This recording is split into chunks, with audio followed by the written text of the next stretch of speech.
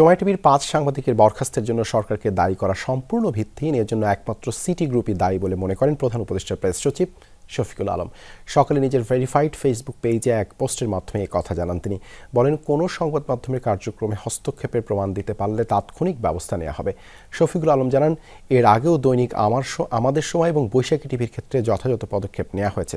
Press সচিব আরও বলেন, সরকার ছাত্র আন্দোলনের মাধ্যমে ক্ষমতায় এসেছে মানে এই নয় যে তাদের নির্দেশ মেনে চলা হচ্ছে। যদি তাই হতো তাহলে বৈষম্য বিরোধীদের সময় টিভিতে গিয়ে প্রতিবাদ করতে হতো না।